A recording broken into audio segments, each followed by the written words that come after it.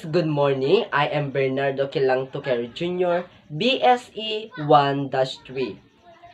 Into this video, I will going to discuss what is muscular system. What are the three types of muscle tissue? What are the major parts of muscle in the human body? Muscular system. The muscular system is responsible for the movement of the human body. Attached to the bones of the skeletal system are about 700 named muscles that make up roughly half of a person's body weight.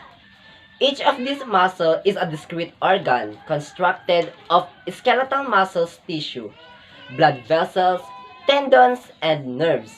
Muscle tissue is also found inside of the heart, digestive organs, and blood vessels. In these organs, muscles serve to move substantially throughout the body. There are three types of muscle tissue. First, visceral muscle. Second, cardiac muscle. And third, skeletal muscle. Visceral muscle. Visceral muscle is found inside of organs like the stomach, intestines, and blood vessels. The weakest of all muscle tissue. Visceral muscle makes organ contract to move substance through the organ. Because visceral muscle is controlled by the unconscious part of the brain, it is known as involuntary muscle. It cannot be directly controlled by the conscious mind. The term smooth muscle is often used to describe visceral muscle because it has a very smooth, uniform appearance when viewed under a microscope.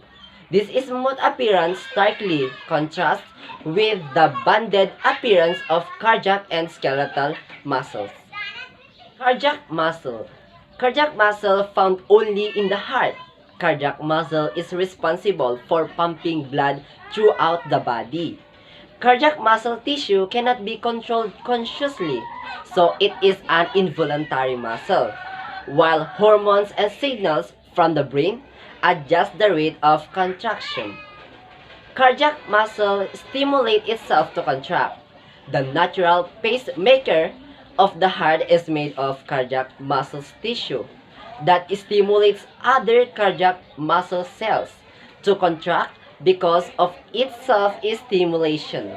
Cardiac muscle is considered to be autorhythmic or intrinsically controlled. The cells of cardiac muscle tissue are striated. That is, they appear to have light and dark stripes when viewed under a light of microscope. The arrangement of protein fibers inside of the cells causes these light and dark bands. Striation indicates that a muscle cell is very strong, unlike visceral muscles. The cells of cardiac muscle are branch X or Y-shaped cells tightly connected together by special junctions called intercalated discs. Intercalated discs are made up of finger-like projection from two neighboring cells that interlock and provides a strong bond between the cells. The branch structure and intercalated disc allows the muscle cells to resist high blood pressures and the strain of pumping blood throughout a lifetime. These features also help to spread electrochemical signals quickly from cell to cell so that the heart can beat as a unit. Skeletal muscle. Skeletal muscle is the only voluntary muscle tissue in the human body. It is controlled consciously. Every physical action that a person consciously performs, example, speaking, walking, or writing, requires skeletal muscle. The function of skeletal muscle is to contract, to move parts of the body closer to the bone that the muscle is attached to. Most skeletal muscles are attached to two bones across a joint. So, the muscle serves to move parts to those bones closer to each other. Skeletal muscle cells form when many smaller progenitors cells lump themselves together to form long, straight, multiculated fibers striated just like cardiac muscle. These skeletal muscle fibers are very strong. Skeletal muscle derives its name from the fact that this muscle always connect to the skeleton in at least one place. Gross anatomy of skeletal muscle. Most skeletal muscle are attached to two bones through tendons.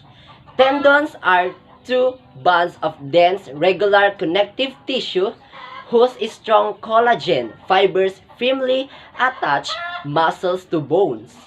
Tendons are under extreme stress when muscle pull on them, so they are very strong and are woven into the covering of both muscle and bones. Muscle move by shortening their length, pulling on tendons and moving bones closer to each other. One of the bone is pulled towards two other bones, which remains stationary. The place on the stationary bone that is connected via tendons to the muscle is called the origin. The place on the moving bone that is connected to the muscle via tendon is called the insertion. The belly on the muscle is the fleshly part of the muscle in between the tendons and the actual contraction. These are the major parts of muscular system. In our face, there are 6 major muscles. These are the temporalis, masseter, epicanius, frontal belly, orbicularis oculi, zygomaticus, orbicularis oris. In our neck, there are 3 major muscles. These are the platysma, sternoid, sternocleidomastoid. In our shoulder, there are 2. These are the trapezius and deltoid. In our thorax, there are 4 major muscles. These are the pectoralis minor, pectoralis major, serratus anterior, intercostals. In our arm, there are 3 major muscles. These are the triceps brachii, biceps brachii, and brachialis. In our forearms, there are 4. Pronator teres, bronchial radialis, flexor carpi radialis, palmaris longus. In our abdomen, there are 4 major muscles. These are the rectus abdominis, external oblique, internal oblique, and transversus abdominis. In our thigh or pelvis, there are 9 major muscles. These are the iliopsoas, pectineus, tensor fasciae latae, sartorius, adductor longus, gracilis, rectus femoris, vastus medialis, and vastus lateralis. In our legs, there are 5 major muscles. These are the fibularis longus, extensor digitorum longus, tibialis anterior, gastrocnemius, and soleus.